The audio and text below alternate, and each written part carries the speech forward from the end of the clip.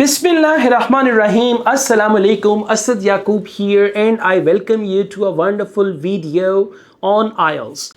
If you are among those who find IELTS very difficult, or you are thinking about quitting IELTS because it is difficult for you, or you are thinking of some other tests which are substandard in comparison with IELTS, this video is all about you. Okay, so this video is all about that, and it is absolutely for you. Well guys, let me tell you, although there are many competitors of IELTS, but still IELTS is IELTS. Okay, I don't want to name other tests. There are many tests available in the market. Some tests have their done basis things as well, right? I don't want to name those tests. They are valid for UK and they are being done like on done basis. You pay a certain amount and listening, reading, writing will be compromised, will be done. They will arrange it for you, right? And speaking, you will have to appear, and sometimes because of speaking, you are rejected, and if you're rejected in speaking, all three modules are gone as well, right? Some tests are based on artificial intelligence, so you use certain, you use certain templates for those tests, and sometimes you get your desired score. Let me tell you, in IELTS we don't have any backdoors like that. We don't have any shortcomings in IELTS like that. IELTS is still a test which is marked by a human.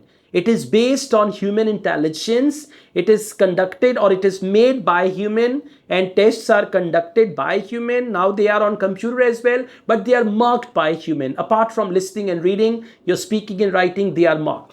Now if you talk about the acceptance level, in acceptance, the first important test or top of the list, we have IELTS. Then after that we have TOEFL, and then we have other tests which are available in the market.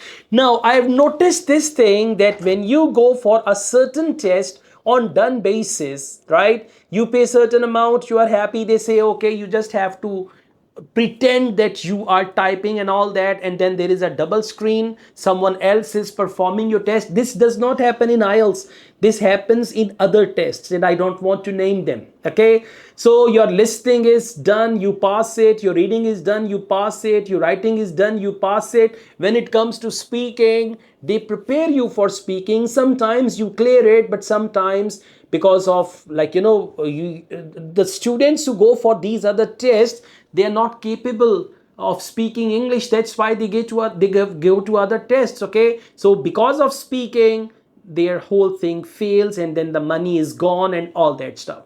Although IELTS is a little, I will not say difficult, because there are certain levels. If your target band is 6, it means out of 40 questions in listening, you need to score around 25, 26 correct answers, and you can get 6. In academic reading, if your target band is 6, you don't need to score all 40 correct answers. With 23, 24, 25 correct answers, you can get that reasonable band score.